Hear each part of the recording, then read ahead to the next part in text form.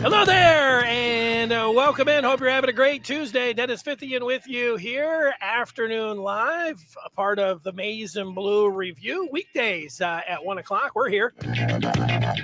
We're a part of Rivals.com, talking about the latest in Michigan sports, and there is plenty to talk about today. We're going to get to some cornerback talk. That's right. We'll talk some corners. We'll also watch and listen to a video of Michigan defensive back and co-defensive coordinator Steve Clinkscale. We've got that for you. And with college basketball ending last night, it is way too early top 25 season. And we've got a couple rankers, a couple experts, and we'll tell you where they have Michigan as things stand right now. Very fluid situation when you talk about college basketball. Guys going pro, transfer portal, and all of that. But as things sit right now, we'll have it for you. We'll tell you where some of the experts have Michigan as we sit here on this Tuesday, April the 6th. Thanks for joining us here.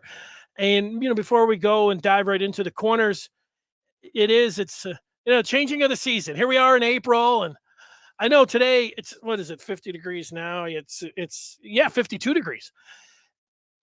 About an hour ago, it wasn't 50 degrees, but the sun was out, high 40s. And here I was, swinging the golf club out there, firing some golf balls with the anticipation of what? College basketball being over, of the Masters being played starting on Thursday. We also have, for your sports enjoyment as a sports fan, if you're somebody that, it's sad because the tournament is over. There's a tinge of sadness there. It happens every year, but the Masters is always right there for you. Jim Nance is over there taking off his tie, giving it to Abaji, and then now he's out there talking about Tiger Woods making his way to Augusta, and I'm there for it. I'm doing the same thing. Michigan hockey is headed to Boston for the Frozen Four, which will take place on Thursday and hopefully Saturday with a win. And then we got Tigers opening day on Friday. So the sports calendar is jam-packed this week. And I'm looking forward to all of that. If you're Michigan fan, hockey fan, golf fan, Tigers fan, you got a great week coming up on tap. Most people that are watching this are also Michigan football fans. And for that, I'm going to talk a little bit about the Wolverines. And we're going to go over to the secondary and talk some corners. And the list that I put up on the screen, if you're watching, 8 corners. It should say 9. If you see the true freshmen, the 2022s, Will Johnson and Miles Pollard are listed. But Cody Jones, number 12, who did take part, I saw him late in the game. Also saw him on the bench there for the Wolverines. He was in action, so it would be 9. And you got Mike Sandristil, who's a wide receiver number 0, who is also playing 2 ways, at least here in the spring. We'll see what happens when they get to fall camp and everything. Steve Clinkscale talks about Sandristil and that move, and we'll let you hear from that. But there's the breakdown. You've got the freshman and the 5-star Will Johnson. You got Jaden McBurrows in the middle there. My chicken scratch with Iman Dennis. Like Sandristil moved over to the defensive side. Dennis, nice name, moved over to the offensive side, trying his wares at the wide receiver position. And it is put down here in this brag. DJ Turner, the starter over there, will. If you're asking who I think the best corner here of the lot is, it would be Turner. Jalen Perry on there. The Green brothers, Jymon Green, who started last year, and then German Green, who was heavily involved in the spring game on Saturday. You have them as 2018s, and I've got Sandristil down there as a DB as well. So it should be a total of 9 if you're including Sandristil there. We get to the projection here, the returning starters at corner. DJ Turner with 12 starts for the Wolverines. And Jymon Green, number 22, same thing. So 24 starts between the two. If they were lining up against Colorado State this Saturday, I think you could expect to see number 5 and number 22 out there at the corner positions. And if you go to the 2 deep, you have Turner and Green, Jymon Green. You would have Jymon's brother, German Green, at one of the corners. And then you got Jalen Perry and Jaden McBurrows. And Perry, number 16, I saw him at the spring game out there getting some work. McBurrows with that number 1 jersey there, involved in the 2 deep. And as you have a freshman impact, I think we can all agree that that Will Johnson, and you know what, we don't even have to agree because that's what we're going to hear from Steve Clinkscale. It's not like he was when he talked about Will Johnson was like, yeah, we're going to ease him in and we'll see what happens and everything else. You'll hear from Clink on Will Johnson. Miles Pollard, I liked, just you sit back during the spring game. I originally started out at about the 40 up high, but I went down into the corner about the 5-yard line to watch the rush ends who were down there and take some pictures. And I stood there and actually stood about 5 rows up for the first half of the game. And there was the 3rd and 1, or I think it was a 4th and 1 that there was a pass to Cornelius Johnson where Will Johnson and Pollard kind of were both there, and up close, 10 feet away, 15 feet away, seeing Pollard, I made a note. This guy looks good. I liked his ball skills. I liked how he looked on that particular rep, and I tucked that in my back pocket, and I've talked about that already twice since Saturday. Miles Pollard, it could be in the mix, and I would think if he's not able to get onto the field in the 2 deep there in the secondary or as a nickel corner, that special teams wise, you could see him out there. Same thing with Cody Jones. And that's where you get when you have Mike Sainristil. Like, where will Mike Sainristil fit into the mix here? He's wearing 0. Pretty good wide receiver for the Wolverines over the couple of years. We have seen him, made some plays here and there.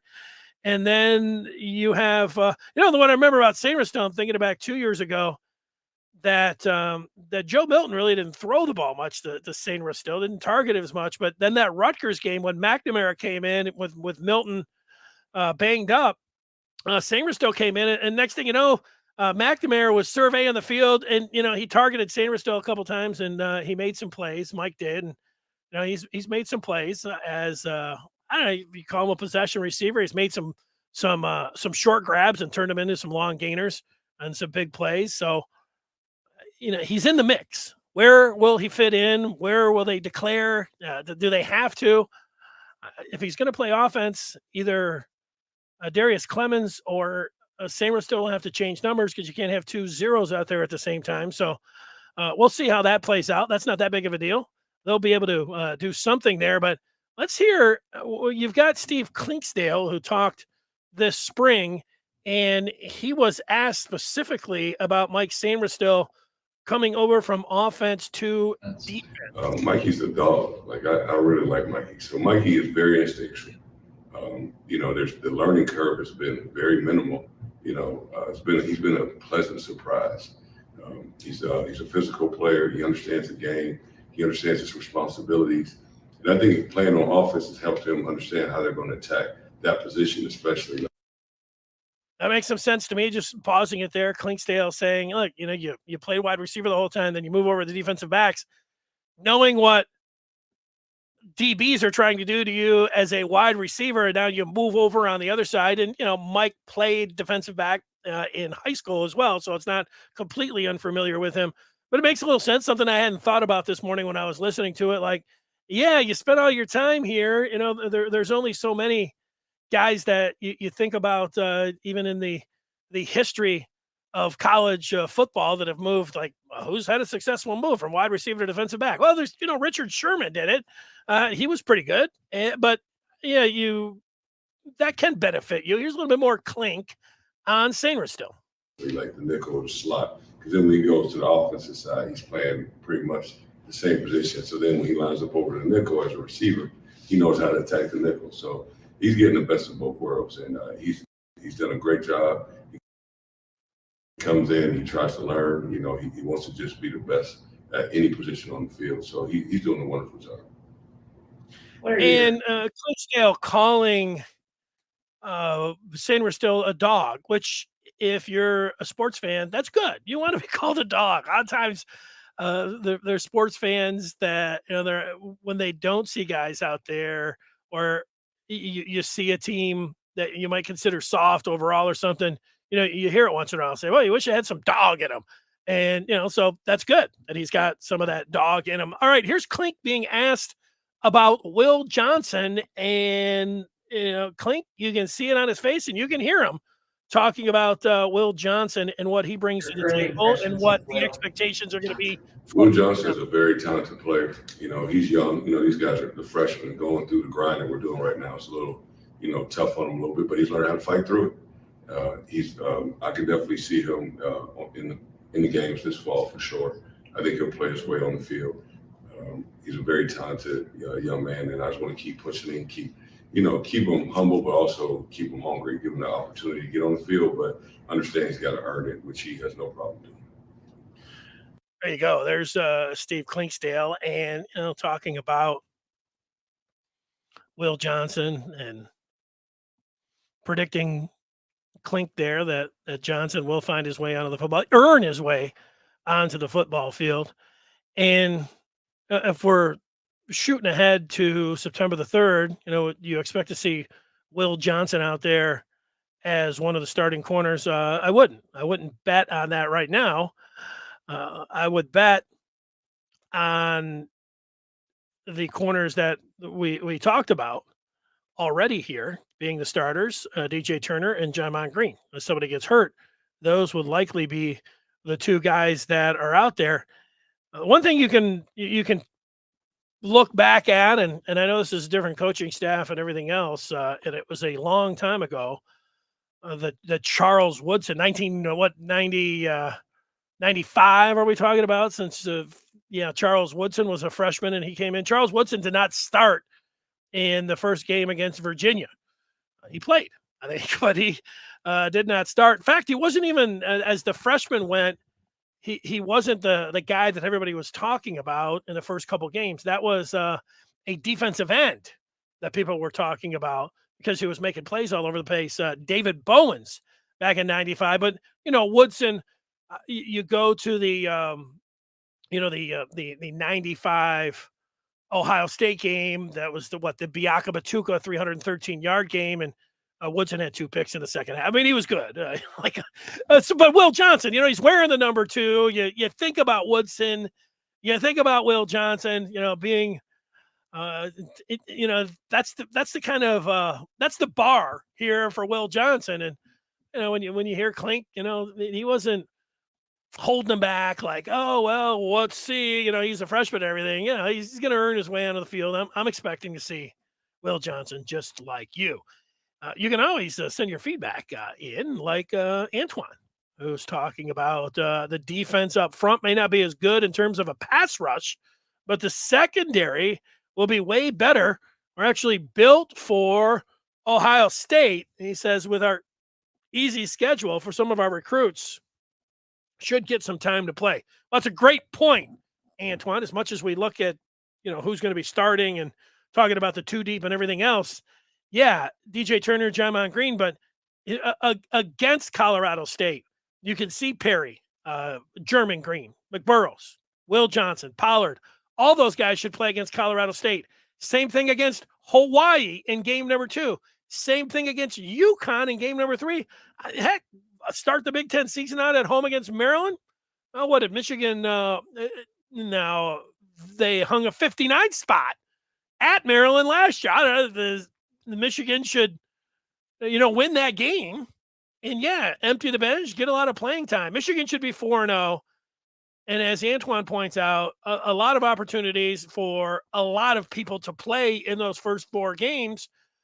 September should be, the season starts on September the 3rd, but for me, the season starts October the 1st. And that's when Michigan goes to Iowa, likely a night game with the Hawkeyes. Wolverines heading to Iowa City to play Iowa on October the 1st. That's what I'm expecting to happen. That's what I think most people are expecting, that how it's going to play out. That's when the season really starts. It starts technically September the 3rd. It really starts on October the 1st. And, if Michigan's able to go to Iowa City and win that one, and they're 5-0, we can be sure if Michigan's going to be ranked in the top 5, that doesn't matter. But if they'll be ranked, I think, in the top 10 and going 4-0, and here's my projection. Let's say, are they going to win in Iowa? I feel like they are going to win in Iowa. 5-0 right now. Here is my prediction on April the 5th. I won't go any further than that. When I go to Iowa and then Penn State, Michigan State, Rutgers, but I'm sitting here feeling 5-0 right now on the 5th of April. Why not? That's where I'm at with it. And I think Antoine makes an excellent point. Jason weighing in on the feedback. Good to see Jason here getting in. Wanting to talk some Michigan football. A lot of people were like, oh, man, the spring game. What are we going to do now for the next 5 months? Well, we're going to talk Michigan football. That's what we're going to do. Jason weighing in on the schedule here as well, saying it is setting them up for a great season and great practice before Big Ten play. Yeah, Jason, no truer words have ever been typed out here. I think when you talk about Michigan and defending the Big Ten, the first thing out of anybody's mouth or anybody writing on Michigan will say, hey, well, who's coming back? They've got a returning starting quarterback. We'll, of course, talk more about that as the offseason goes on. But you saw the firepower on offense and, the offensive line, which is the strength of the team. And, the defense, they've got to figure some things out. Who's going to emerge in all of that and how they settle in with a 2 deep and everything. And right now we're talking about the corners. But look, I feel pretty good about DJ Turner and Jaimon Green out there. That's a lot of starting experience that those guys have there. And with Will Johnson and then the other guys that we have mentioned there, where, you see them, whoever it's going to be, a nickel slot, or if they got to go to a dime package, how Seymour still might figure into the mix there. They don't have to be the team on September the 3rd that they need to be on October the 1st. And I say October the 1st, am I looking past Maryland? A little bit. I mean, if you want to accuse me of looking past Maryland, I am looking past Maryland. But as Jason points out, the start of Big Ten play, which is actually in September on the 24th. But I'm looking past that one. I'm looking to October the 1st. So September, I don't want to call it a pseudo, practice games or scrimmages or anything else, but Michigan will be a double-digit favorite in all of those games. Hell, they might be 20-point favorites in all those games. Sure, teams have lost those, but it's a very nice schedule here for Michigan and how things are working out for them. While I'm making predictions, Jason comes over the top. He makes a prediction. I said I didn't want to go any further than 5-0. Jason is ready to do it. He's ready to go to 6-0 with Penn State coming to Ann Arbor. Then I believe it will get rough. All right, so you have Michigan going 6-0. That's winning against Iowa. That's going to Bloomington and beating Indiana. That's 6-0. And then you're right. I got that Penn State team coming in. Well, Michigan beat Penn State. That was a fourth quarter game. They were down in the fourth quarter, had to make a big play on offense. That 47-yard touchdown. It was the last 6 minutes of that game, if you think about it. Michigan got the 47-yard touchdown. They needed to get a 3-4 and out on defense. They were able to do that. So both the offense and the defense stepping up in the last 6 minutes of that game. And, Haskins it was a 4 and out. Haskins had 156 yards in that game. Now, Jason, you don't have to be sorry for going ahead to go 6-0. Do I hear a 7-0? Antoine is looking at Ohio State catching an L from Notre Dame, especially learning that new defense. Antoine, are you saying that Ohio State is playing Notre Dame in the preseason of the college football season next year? or I'm sorry, I guess it is the preseason, the non-conference schedule. That's a nice little item that I didn't realize. And it's making me, want to break out some of these non-conference schedules across the Big Ten. That's a juicy one. I like that one. And Jason didn't want to steal the thunder or jump ahead. There's no thunder stealing. It's just it's football talk. It's Michigan football talk. It's college football talk. I like it from any and all angles. So I just here today to bring some symmetry with the 5th. I didn't want to go any farther than 5-0 myself, but you went to 6-0. Heck, the Penn State game, yeah, circle, underline it.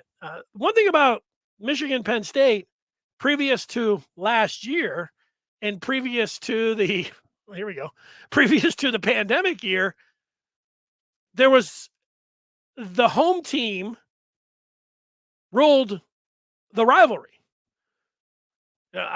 Sitting in Michigan Stadium watching, Penn State work over the Nittany Lions, and then watching Michigan go to Happy Valley and get smacked around a little bit. That was kind of the ping pong thing back and forth. I can remember, you could probably remember it too. Going out there and watching Saquon Barkley. I was first quarter. I remember actually thinking about it. That was a night game. Let's see what Michigan's got. They're out there. Saquon Barkley, 80-yard touchdown. It's like, oh no, this is gonna be a long night. It was a long night, but yeah, certainly the Penn State will have revenge on their mind. But Michigan being at home, you like that, and I think you do take the pandemic and throw that one out the window. Penn State and wanting to return that favor. That's a great game. But you know what, Michigan, I can tell you this, is just like I said a week ago. Right now, if I had to pick, and I'm going to skip forward, I think that Michigan will beat Penn State. I think that they're going to beat Michigan State. I think they're going to beat Rutgers. I think they're going to beat Nebraska, Illinois. I think they're going to be 11-0 heading to Ohio State for the showdown on November the 25th, Thanksgiving weekend. And so if I'm picking 11-0 right now, are you telling me that I will be sitting here on, after that Illinois game with Michigan being at 11-0 saying, well, you know what? I think Michigan's going to drop this game. I think at that point, it'll be time to, move Michigan into the winner's circle. And, how often do you get a 12-0? Not very often, history tells us, with Michigan. Once in, what are you talking about, 70 years now? So in 97, they were undefeated. And I know they had some ties back there, the 2 ties in the 80s, but undefeated, untied. So what do you got to go to 49, right? 1949 is what we're talking about, 50, 60, 70, 75 years. Once in 75 years. So, me sitting here talking about an undefeated season and the possibilities here on the 5th of April, does sound a little bit, hopeful. But, this team, and this is what happens. That's how Michigan football is back. They won the Big Ten for the first time in 16 years in this offseason, and they beat Ohio State, and they went to the Big Ten championship game. I have not tired of saying that. And I don't think you have, gotten tired of hearing that. And that's why this offseason is feeling like some off seasons of yesteryear, where you look at it and you say, hey, why not Michigan?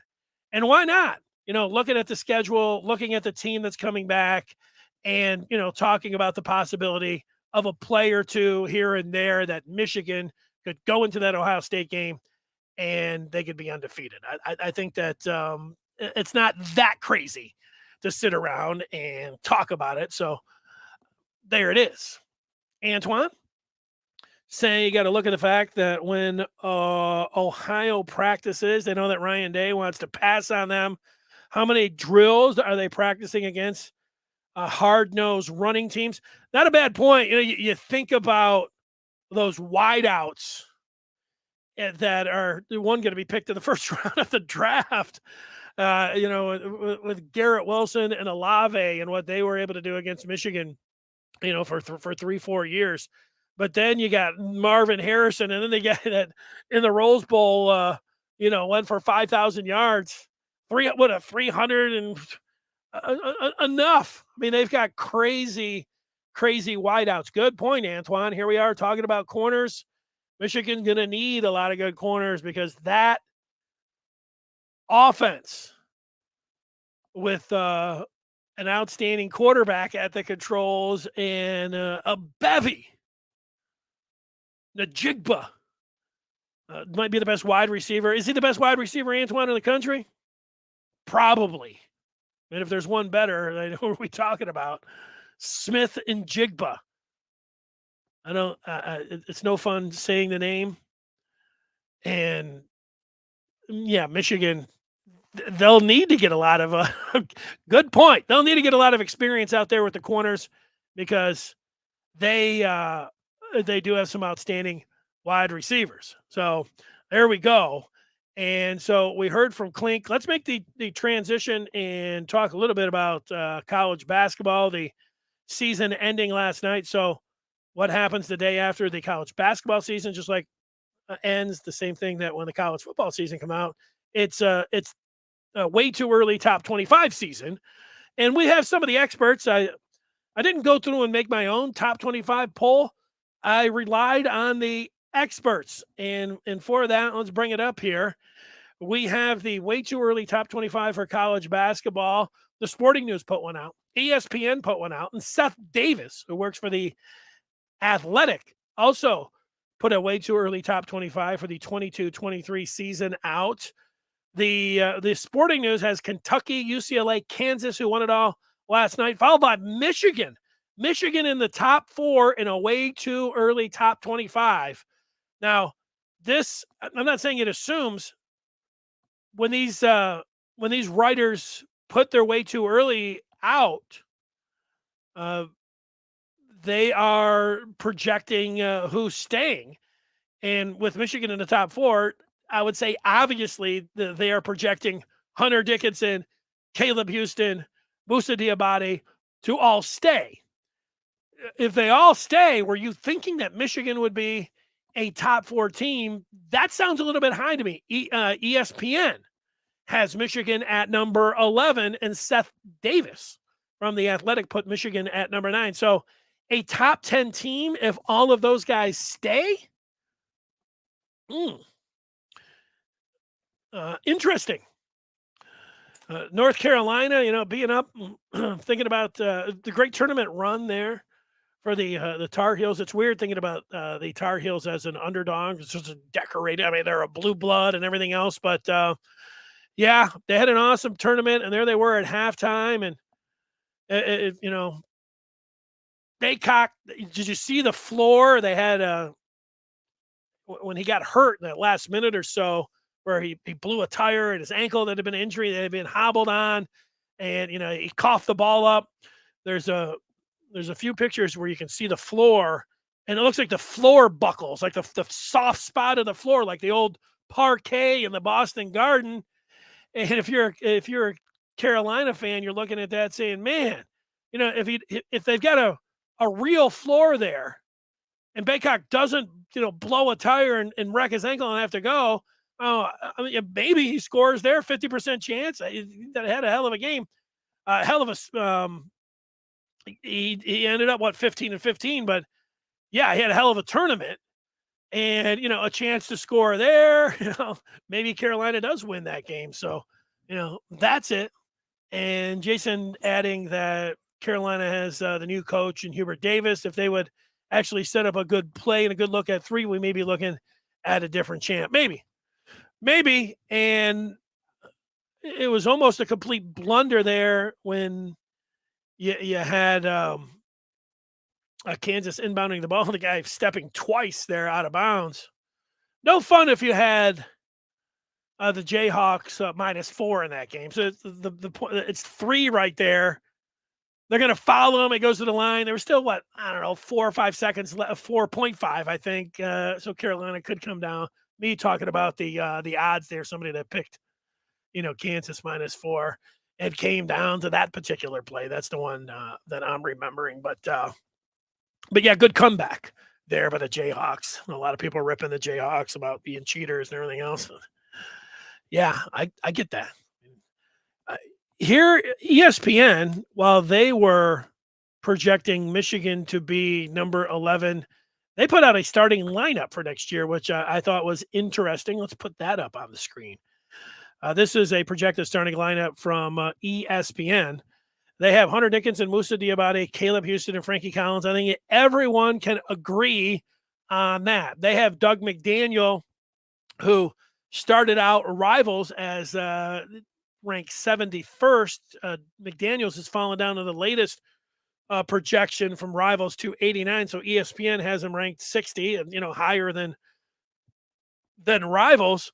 But Doug McDaniel at 5'11", Frankie Collins at whatever was Frankie, 6 feet, 6'1". He's 6'1", he's listed. Do I think that's what they're putting out right now? Now, if they had to field a team, that would be great. That would mean that Houston and Diabate and Dickinson is coming back. If that trio comes back, Michigan should be in a top 10, regardless of what they do in the transfer portal. But if you look at the transfer portal, which I have been looking at it here, I have gone through and I have taken 2 of the best available shooting guards, and I have added them here on the screen. And there is a shooting guard from San Diego State, Noah Friedel. And then Princeton, Ethan Wright. Knowing how the transfer credits work and how tough it is for Michigan to be able to get transfer players in, not graduate students, transfer players. I don't know about Friedel and his academic standings or what San Diego State, or I'm sorry, that's South Dakota State. Did I call it San Diego State before? I apologize. It's South Dakota State. But Princeton and Ethan Wright is, if he's not the best shooting guard available right now in the transfer portal, he's in the top 3. Princeton being able to get those transfer credits, I think that's, to me, the name that's jumping out here, Ethan Wright.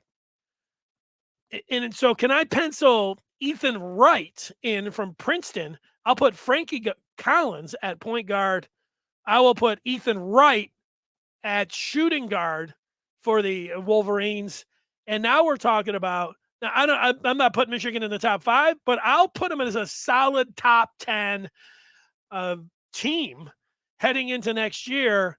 And just think about it, a year ago, the Wolverines had 3 shots to get to the Final Four, and it was such a fabulous season, and they validated it in the tournament, making the Elite 8.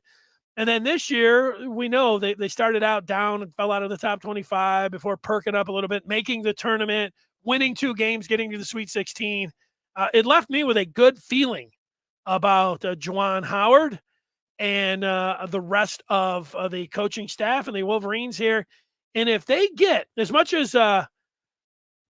Caleb Houston was frustrating this year, and the up and down play of the roller coaster Musa Diabate, if Michigan could get those 3 guys back, that would be out of sight. And then if we just think about what Juwan Howard has done here with the transfer portal, 2 years ago getting Shondae Brown and Mike Smith, that was the jackpot. And then Devontae Jones coming in, I was sitting there like everybody else. I remember McCormick putting out a tweet, Tim McCormick, the former Wolverine, saying, Devontae Jones might be better than Mike Smith. I was like, whoa, McCormick's not one to shoot the moon on, what he's saying there. It's pretty, straightforward and complimentary, but not going overboard. So there was reason to be, and plus you looked at his name, look at his numbers at Coastal Carolina, Sunbelt Player of the Year. And he started out, he didn't hit the ground running. If Devontae Jones played like he was at the end of the year, at the beginning of the year, Michigan would have been a lot higher seed. They would have finished better in the Big Ten. They had won some of those games that you think about them dropping there, just being able to work the chemistry of the team. It could take a while, but in the end, Devontae Jones was a good player for Michigan. It just took him a while. Mike Smith and Shondae Brown, because of the players they had around her. Remember, Shondae didn't even start He was coming off the bench as a great sixth man. So if Michigan goes out there and hits the transfer portal, remember the name, a name that I am targeting from Princeton, Ethan Wright. So that's where I am at right now. I'll hit some more feedback here. Jason saying that Carolina had a minute and 3 possessions to knock down a 3. Love is just a great player. And yeah, Love had a heck of a tournament, and I think he made himself some money. Certainly, you look at his overall shooting numbers, but he doesn't shy away, man. He is ready for the prime time and made big time plays. Made some big time plays against Michigan when they played him earlier in the year. Antoine wraps up the feedback segment saying that Michigan needs a bona fide point guard. It's hard to win anything in college basketball without one. That should be the focus of Howard's recruiting. I'm going to disagree with you on that, Antoine. I agree that it's hard to win without a bona fide point guard, but Frankie Collins is a bona fide point guard. Frankie Collins showed against Colorado State that he can wheel and deal with the best of them. Get him out in the open floor. He can score like a point guard. He can pass like a point guard. Now, being able to knock down some outside shots, that's a pretty easy one, I think, for all of us to get together and agree. Frankie Collins improves his outside shot, in particular his three-point shot. He could be a great college point guard at Michigan, and as soon as next year. Remember, point guards, it takes the longest for these guys to develop, whether it's the pros or college. And, seeing what Frankie, and it wasn't just, and, it was actually, there's no bigger stage, to do it on than what Frankie did in the first round of the tournament with Devontae Jones not being available, with getting hurt just a couple days before in the practice and being able, getting the ball for his first start there against the Rams. But remember when Jones, was it about 2 weeks before that, got hurt didn't get hurt. He got into foul trouble against MSU. Frankie came on there and looked fantastic. It's like, hey, you need a little bit more of Frankie. Antoine disagreeing with me, talking about a one-trick pony. Yeah, well, he's for sure, Antoine, he needs to get the jumper. He knows that. I know that. Everybody knows that. But I would not put him as a one-trick pony. He can drive in the open floor. He is amazing, and he can pass. So, yeah, being able to shoot the three. That's the part where if he gets that, he'll be a well-rounded. He's got a great handle. He's a very good passer, and he can score. He can drive, and he's really athletic. So I'm high on Frankie Collins, obviously a little higher than you, Antoine. And when it comes down to Michigan's biggest need in the transfer portal, Ethan Wright, shooting guard, would be the one to me. And, Doug McDaniel is a point guard. He's 5'11". So he's shorter than Frankie Collins. So they're all set. But I think Frankie at the point is at least going in if we're projecting their biggest needs. Now, the needs could change if Diabate and or Dickinson jump. That's why they are in on the big kid from out west whose name is eluding me right now. All right. Thanks for joining us here. Talking some Michigan hoops and Michigan football. It's always good. We'll do it again tomorrow, part of the Maize and Blue Review, afternoon live. I'll be looking at that Frozen Four game on Thursday. And, I got a couple other side things to mix in as the week moves along. Today is all Michigan. And that's all right. It's Maize and Blue Review. It should be mostly about Michigan. And it was today. Everybody have a great rest of their Tuesday. I'm going out in the sunshine to hit some more golf balls. See you later.